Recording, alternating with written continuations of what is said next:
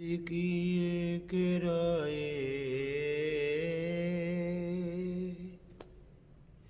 जिंदगी ये किराए का घर है। एक न एक दिन बदलना पड़ेगा। जिंदगी ये किराए का घर है। एक न एक दिन बदलना पड़ेगा। जिंदगी ये किराए का घर है। एक न एक दिन बदलना पड़ेगा। जिंदगी ये किराए का घर है। एक न एक दिन बदलना पड़ेगा। मौत जब तुमको आवाज देगी, मौत जब तुमको आवाज देगी, उस समय कोई न बहाना चलेगा। मौत जब तुमको आवाज देगी, उस समय कोई न बहाना चलेगा। घर से बाहर निकलना पड़ेगा। जिंदगी ये किराए का घर है। एक न एक दिन बदलना पड़ेगा। ये मानव जीवन का एक किराया भरते रहोगे तो मानव जीवन आपका प्रकाशित होता रहेगा। जैसे लाइट कनेक्शन का आप बिल भरते हैं, अगर नहीं भरेंगे तो आपका कनेक्शन कट जाएगा। जैसे फ़ोन रिचार्ज कराते हैं, वैसे फ़ोन रिचार्ज नहीं करेंगे तो आपका भी बेकार हो जाएगा। ऐसे ही एक ज़िंदगी एक किराए का घर है। इसका भी किराया भुगतान करना पड़ता है। दान है, सेवा है, भंडारा है, दया है। ये सेवा लगातार करते रहोगे, आपका बिल भरता रहेगा, आपका जीवन नैया चलती रहेगी। अगर आप दान सेवा भक्ति में आप समर्पित नहीं होंगे, आप अपने स्वार्थ में बने रहेंगे, आपका बिल आप पर ड्यू हो जाएगा और बिल होते ही आपका कनेक्शन कटेगा और नैया आपकी डिगमिगाने लगेगी। आपको हारी, बीमारी, संकट, गरीबी आपकी कलाई पकड़ लेगी। फिर आप क्या करेंगे? आप इधर उधर सोचते हैं, नौते भरारों के पास जाते हैं, लेकिन आपने ये सोचा ही नहीं है कि मैंने अपनी इस जिंदगी का किराया भरा ही नहीं है। ये जिंदगी का किराया भरा जाता है दान, भक्ति और सेवा से। दान, भक्ति, सेवा में, सनातन की सेवा में समर्पित रहो, आपका किराया भरता रहेगा। आपकी जीवन नैया प्रकाशित रहेगी, हरी भरी रहेगी और सुंदर बनी रहेगी। इसमें रोग नहीं आएंगे, इसमें किसी प्रकार के कष्ट जन्म नहीं लेंगे, कोई कोर्ट कचहरी का पंगा नहीं लगेगा। इसी प्रकार आप बिल भरते रहेंगे तो आप आराम से लाइट और पंखा एसी चलाते रहें। आप फोन का बिल भरते रहेंगे तो आप फोन भी आराम से चलाइए। ऐसे ही अगर जीवन नैया का आप दान, भक्ति, सेवा में समर्पित होकर के सत्संग के आयोजन में लगातार चलते रहेंगे तो समझ लो आपका फोन रिचार्ज हो रहा है, समझ लो आपका बिजली का बिल भरा जा रहा है और समझ लो ऐसे ही आपके जीवन नैया का किराए का भुगतान हो रहा है। जिंदगी ये किराए का घर है। एक न एक दिन बदलना पड़ेगा। जिंदगी के किराए का घर है। एक न एक दिन मौत जब तुमको आवाज देगी, जिस समय बिल आपका किराया खत्म हो जाएगा और जिस समय मौत दरवाजे पर आवाज देगी, आवाज से पहले तुम्हें संकेत दे रही है हारी बीमारी, गंभीर समस्याएं, कैंसर जैसे भयंकर रोग और नाना प्रकार की दरिद्रता तुम्हें तुम्हारे दरवाजे पर भेज रही है और कह रही है कि सचेत हो जाओ। जैसे आपको बिजली के बिल भरने से ना पहले आपको सचेत किया जाता है, उसके बाद आपका कनेक्शन काट दिया जाता है। ऐसे ही भगवान विष्णु तुम्हें बार बार सचेत कर रहे हैं कि तुमने जो वायदा करके आए वो पूरा नहीं किया है। जन्म जन्म के भागों से परदेह प्राणन पाता है, विष्णु भजन का वादा करके जीव जगत में आता है। आपने जो जीवन नैया जो समारी है, आपने भगवान विष्णु से प्रार्थना की, आपका गवाह है जल देवता।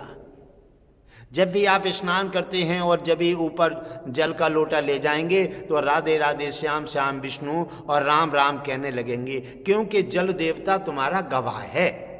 और गवाह जब तुम्हारे सामने आएगा तो तुम्हें याद आ जाएगी कि मैंने किसी का ले करके और वायदा करके पूरा नहीं किए हैं। इसलिए मेरे मानव, धरोहर को अगर चमकाना चाहते हो, उत्तम जीवन जीना चाहते हो, रोगों से हट कर के रहना चाहते हो, अगर गरीबी और बीमारी नाना प्रकार के गंभीर कष्टों से बचकर रहना चाहते हो तो दान भक्ति सेवा में समर्पित रहो, छल कपट छोड़ दो और जीवों को मन सताओ, दया करो, तुम्हारा कल्याण होता रहेगा, प्रकाशित होते रहोगे, हरे भरे होते रहोगे। और ऐसे ही आपकी जीवन नैया का जब बिल नहीं भरा जाता है, आप दान भक्ति सेवा से वंचित हो गए हैं। आप सोच रहे हैं कि मैंने गाड़ी बंगला छल कपट करके और बहुतेरे जोर के खिट्टे कर लिए हैं, अब मेरे को किस बात की चिंता है? छल कपट का मैं एक सौदागर बन गया हूं।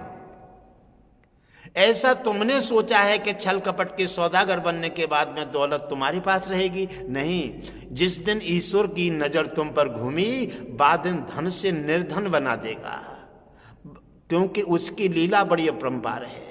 वह दिन सब छीन करके तुम्हें और ये शरीर भी छीन लेगा, 5 मीटर कपड़ा भी छीन लेगा, और ये घर वाले दुनिया वाले तुम्हें ले जाकर के शमशान में जलाकर तुम्हारी होली जैसी फूंक देंगे, जिन पर तुम दीवाने हो गए हो, जिनके पीछे छल कपट धोखा गद्दारी रातों दिन कर रही हो, जिन पर तुम दीवाने हो गए हो। अरे मानव बंदे, अगर अब भी सोच ले, तेरा कोई नहीं है, तेरा पुण्य है, तेरा सत्संग है, तेरा धर्म है, तेरा दान है, तेरी सेवा है और तेरी दया है। इन चीजों में समर्पित रह करके जो जीवन नैया को चलाएगा, मानव जीवन की धरोहर को प्रकाशित करेगा, उसी का नाम इतिहासों में आएगा। वो ही निरोग होकर के सारे संकटों से बच करके भगवान विष्णु की गोदी में बैठ जाएगा, उन्हीं को कृपा मिलेगी, गुरुदेव भगवान विष्णु और लक्ष्मी की, जिससे अनुपम कृपा से वो प्रकाशित होंगे और तब तुम्हारा कल्याण होगा।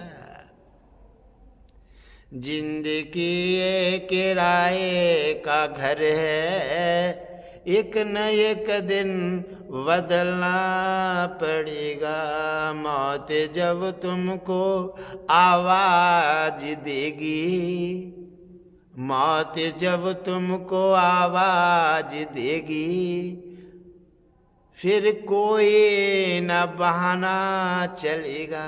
मेरा मोबाइल मेरे पास नहीं था, मैंने कॉल देख नहीं पाई, मैंने सुन नहीं पाई, मैंने ध्यान नहीं दे पाया। ये बहाने गुरु के पास और दुनिया के पास बनाते हो, भगवान के पास बनाते हो, पूजा के बारे में बनाते हो, सत्संग के बारे में बहाने बनाते हो। यहाँ तो बहाना तुम्हारा चला और तुम्हारी पाप की गठरी सिर पर रखी जा रही है। आप सोच रहे हो कि हम होशियार हो गए हैं, नहीं, होशियार नहीं, तुमने नहीं तुम्हें छोड़ रहा है, क्योंकि तुम छल कपट धोखा और नाना प्रकार की हेरा फेरी नहीं छोड़ रहे हो, इसलिए तुम्हें संकट नहीं छोड़ रहा है, क्योंकि तुमने दान भक्ति मन से सेवा करके आपने अपना फर्ज नहीं निभाया है, किराया जमा नहीं किया है। क्या सीखा है? धोखाधड़ी, मैंने फोन नहीं देख पाया, मैं आ नहीं पाया, मैंने ये काम लगा दिया। गुरु के पास पहुंचोगे तो सैकड़ों अपनी बातें बताने लगोगे। कीजिए, जो जैसा बोगे वैसा ही तुम्हें काटना पड़ेगा। कितनी भी होशियारी दिखा लो, वहां कोई होशियारी तुम्हारी नहीं चलेगी। जिंदगी एक किराए का घर है, एक न एक दिन बदलना पड़ेगा। मौत जब तुमको आवाज देगी, उस समय कोई न बहाना चलेगा। उस समय कोई तुम्हारा बहाना नहीं चलेगा। मौत जब तुमको आवाज देगी, तो घर से बाहर निकलना पड़ेगा। मौत जब तुमको आवाज देगी, तो तन से बाहर निकलना पड़ेगा। जिंदगी ये किराए का घर है, एक न एक दिन बदलना पड़ेगा। नहीं, गुरु और माता और भगवान तो सर्वश्रेष्ठ हैं। वो आपकी हर बात को तुम कौन सी हेरा फेरी में कर रहे हो?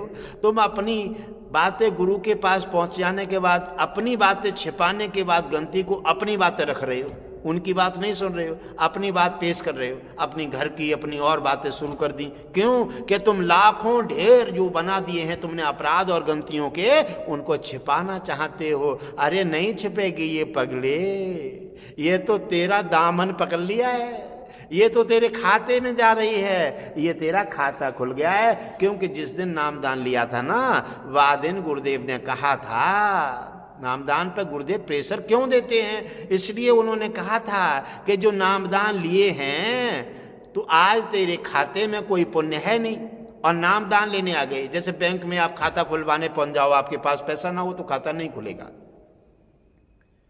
नामदान लेने पहुंच गए और आपके दान खाता कुछ है ही नहीं, तो आपका दान खाता नहीं है, तो आपका बैकुंठ में खाता नहीं खुल पाएगा। इसलिए आप उदासीन हो गए, आप नामदान लेने पहुंच गए। कहने लगे, गुरुदेव हम आपसे नामदान लेने आए हैं। गुरुदेव ने कहा है कि ऐसे तैसे इसकी बुद्धि सद्बुद्धि में परिवर्तित हुई है, और अगर इस समय निकल गया तो ये फिर से मलबा में गिर जाएगा। इसलिए चलो कोई बात नहीं, पूरा विश्व हमारा परिवार है, चलो हम अपनी पूंजी से दान 10% से दे करके और इसका बैकुंठ में खाता खुलवा देते हैं, और हमारे थोड़े से सहयोग और सहारे से इसका उद्धार हो जाएगा, ये सुधर जाएगा, ये दान भक्ति सेवा में अर्पित हो जाएगा, ये नामदान लेकर के बदल जाएगा, तो इसके सारे संकट हट जाएंगे और सारे सुख भोगता हुआ और गुरु के साथ बैकुंठ सिधार जाएगा। गुरु बैकुंठ में भी पहुंचाने में पूरा सहयोग करके और अपने साथ ले जा करके बैकुंठ में दाखिल करेंगे और गुरु जी अपना फर्ज निभा देंगे। किन सोच नहीं बदली, नामदान तो ले लिए, किराया जो गुरुदेव ने कहा था वो भी तुमने पूरा नहीं किया, और उसी दिन तुम्हारा और गुरुदेव का जॉइंट खाता हो गया, जॉइंट खाता हो गया। क्यों? 10% भक्ति हमने अपने में से देकर के तुम्हारा खाता खुलवा दिया, तब तुम्हें न मिला नामदान। नाम दान बैकुंठ खजाना, सड़े गले ना होए पुराना। नामदान है और ये दान सेवा है, ये और दया, ये इसको अग्नि जला नहीं सकती, काल खा नहीं सकता, इसे हवा उड़ा नहीं सकती और इसे चोर लूट नहीं सकती। ऐसी धरोहर को पाने के लिए गुरुदेव ने आपको प्रेरित किया है, ऐसी धरोहर को स्टॉक करने के लिए आपका बैकुंठ में खाता खोला है। लेकिन मैं क्या करूं, मैंने आपको सद्मार्ग दिया और आप तो हेरा फेरी के पात्र हैं पहले से ही। आपने अपनी हरकतें नहीं छोड़ी, आपने अपनी हेरा फेरी नहीं छोड़ी, आपने अपना छल कपट नहीं छोड़ा, आपने अपने जिह्वा का स्वाद नहीं छोड़ा। इसलिए आप कभी भी गुरु के बताए हुए मार्ग पर आप उस खाते में कोई दान भक्ति सेवा अर्पित नहीं कर पाए।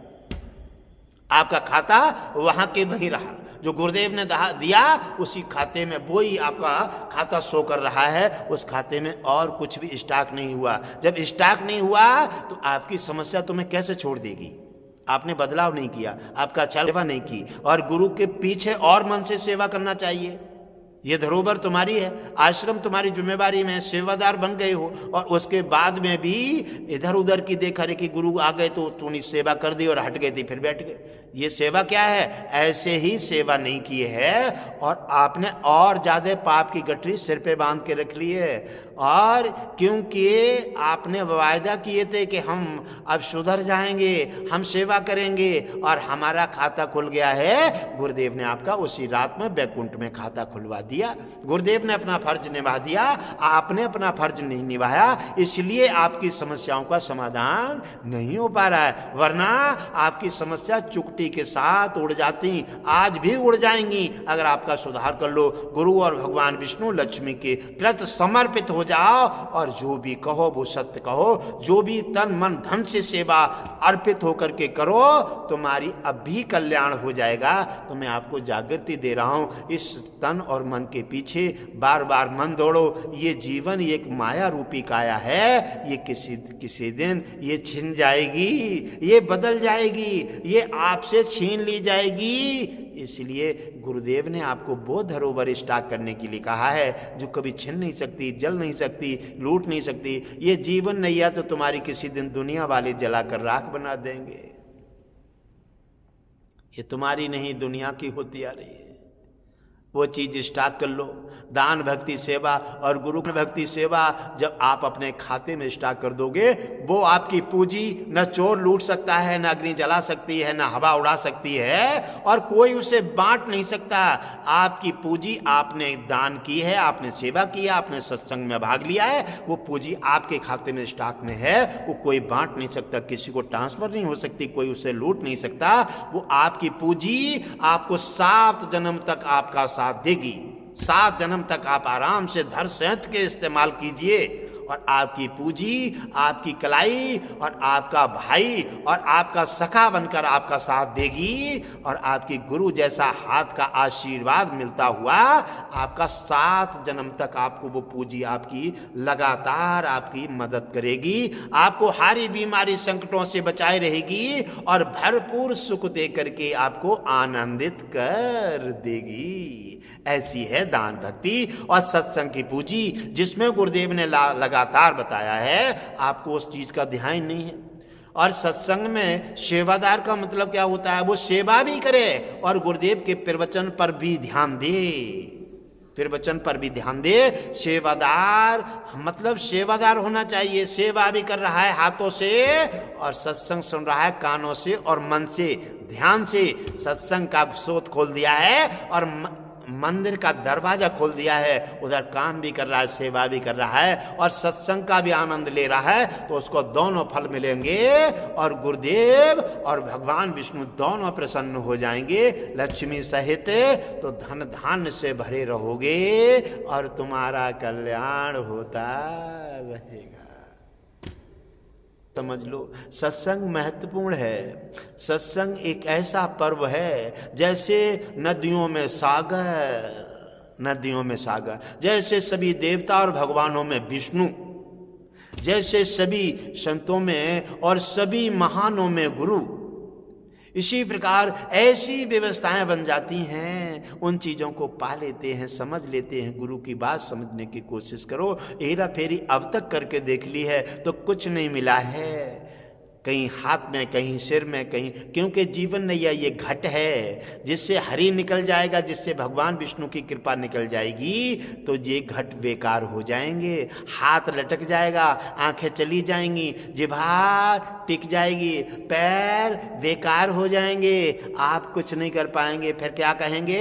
हमारा ये ठीक कर दो तब हम तुम्हारी सेवा करेंगे। आपने जब ठीक जीवन दे दिया और वायदा करके उसका वायदा तुमने धरती पर आकर पूरा नहीं किया, आप गाड़ी बंगला और बेटा बेटी संतान में फैल गए, अपने जीवा के स्वार्थ में उलझ गए।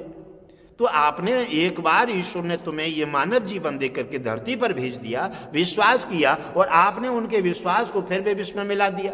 आपने अपने स्वार्थ बसा करके उनका वादा पूरा नहीं किया। अब आप फिर से कहते हैं वही बात। तो एक बार आपने पूरा नहीं किया, दोबारा कैसे पूरा करोगे? आप स्वार्थी हो चुके हैं, आपका मन चंचलता में बदल चुका है। ये छल कपट और धोखा गद्दारी छोड़ दो और ये छोड़ दो कि गुरुजी हमें देख नहीं रहे हैं। नहीं नहीं, गुरुजी तो देखते हैं, हैं, लेकिन देख करके अनदेखी कर से कोई फायदा नहीं है। इसलिए बिना सेवा के अच्छे थे। सेवा लेकर के मन से सेवा नहीं करो, भाव से सेवा नहीं करो, जिम्मेवारी नहीं निभाओ, तो फिर और अपराध कर रहे हैं, आप अपराध कर रहे हैं। सेवा करके, सेवादार बन करके आप सेवा मन से ना करो, भाव से ना करो, और फिर आप अपना फर्ज ना निभाओ, गुरु को प्रसन्न ना करो, आश्रम की बढ़ोतरी ना करो, आश्रम को हानि से ना बचाओ, तो फिर आपका सेवादार बनने का फायदा क्या है? तासे तो ऐसे अच्छे, लक्ष्मी से धन मिलेगा और विष्णु से शांति मिलेगी और गुरुदेव से ज्ञान मिलेगा। इन तीनों चीजों की तुम्हें आवश्यकता नहीं है, फिर आप शांत कैसे हो जाएंगे? संतुष्टि कैसे मिलेगी? भाई आपको शांति जब मिलेगी, विष्णु जी जब मिलेंगे, जब आप गुरु की बात समझेंगे, जब आप ज्ञान सागर में प्रवेश करेंगे। ज्ञान एक प्रकाश है और अज्ञान एक अंधेरा है। ऐसा कैसे हो सकता है? ये अज्ञान है। सब कुछ हो सकता है गुरु कृपा से, ये ज्ञान है। सब कुछ हो सकता है गुरु कृपा से, ये ज्ञान है। आपकी ज्ञान ज्योति प्रकाशित है, तो आपका ज्ञान सही तरह से तुम्हारी जीवन नैया सही चल रही है। आपने कहा ऐसा कैसे हो सकता है? ये है अज्ञान। तो आप ज्ञान से हटकर अज्ञान अंधेरे में गिर गए, तो आपकी जीवन नैया उलझ गई। हरी बीमारी और दर्द कष्टों ने तुम्हारी कलाई पकड़ ली। गुरु के सामने हेराफेरी ठीक नहीं है, क्योंकि गुरु तो भगवान से भी बड़ा है। और भगवान विष्णु ने, लक्ष्मी ने आकर के गुरु से समावेश सरकार बनाई है। बार बार गुरुदेव तुम्हें समझाने का प्रयास करते हैं, बार बार तुम्हें समझाते हैं कि देखो जो भी करो वो बिल्कुल सत्य करो। 1 घंटा की ड्यूटी करो, 1 घंटा की ड्यूटी मन से करो, भाव से करो, श्रद्धा से करो और मन के साथ करो, जिससे अच्छा काम करके दिखाओ, गुरु को प्रभावित कर दो, तो गुरु अंदर से प्रसन्न होंगे, दुआएं देंगे, तो गुरु की दुआ से भगवान विष्णु शांति देंगे और लक्ष्मी आपको धन देंगी और तीनों की कृपा से आप प्रसन्न चित्त हो जाओगे। ये है गुरु कृपा। बिना ज्ञान के आप भगवान को समझ नहीं सकते और अज्ञान से अंधेरे में गिर जाते हैं। ज्ञान एक प्रकाश है, अज्ञान एक अंधेरा है। इसलिए गुरु के ज्ञान को समझ करके, गुरु के बताए हुए मार्ग से आप आगे बढ़ेंगे, सेवा मन और भाव से करेंगे, तो फिर भगवान विष्णु को आप पा जाएंगे। भगवान विष्णु की शांति आपको मिल जाएगी। वही शांति से घर द्वार, घर में, परिवार में, बेटा में, बेटी में शांति प्रकाशित बनी रहेगी। आपके घर में चहल पहल रहेगी, आपके आज्ञाकारी रहेंगे, आपका मान सम्मान करते रहेंगे। जब भी आप घर में सेवा करके प्रवेश करोगे, तब तक सब खुशहाल मिलेंगे, तो आप आनंदित हो जाएंगे। उसके बाद लक्ष्मी प्रभावित होंगी, क्योंकि भगवान विष्णु कृपा होगी, शांति मिलेगी। तो शांति जहां होती है वहीं लक्ष्मी प्रवेश करती हैं, तो आपको शांति घर में मिलेगी। गुरु की चर्चा, गुरु कृपा आपको लगातार बरस रही होगी, तब लक्ष्मी प्रभावित होंगी, तब आपको धन धान दे करके आपका आनंद मंगल कर देंगी। तीनों की कृपा से आप प्रकाशित होंगे। गुरु, भगवान विष्णु और लक्ष्मी, ये तीनों की समावेश सरकार है। इसमें किसी प्रकार का हेरफेरी मत करो, मन से भाव से सेवा करो। भगवान विष्णु और गुरुदेव कहते हैं पूरा विश्व हमारा परिवार है। हम अपना परिवार का कल्याण चाहते हैं। हम अपने परिवार को इसलिए समझाते हैं, इसलिए सत्संग देते हैं, इसलिए यज्ञ करते हैं कि हमारे परिवार किसी प्रकार से कहीं न कहीं जुड़ करके भाव और श्रद्धा के साथ सेवा करे और अपनी समस्या को हटा करके शांतिपूर्वक गुरुदेव और भगवान विष्णु लक्ष्मी के आज्ञाकारी बन करके उनसे आशीर्वाद लेकर के अपना कल्याण कर सके।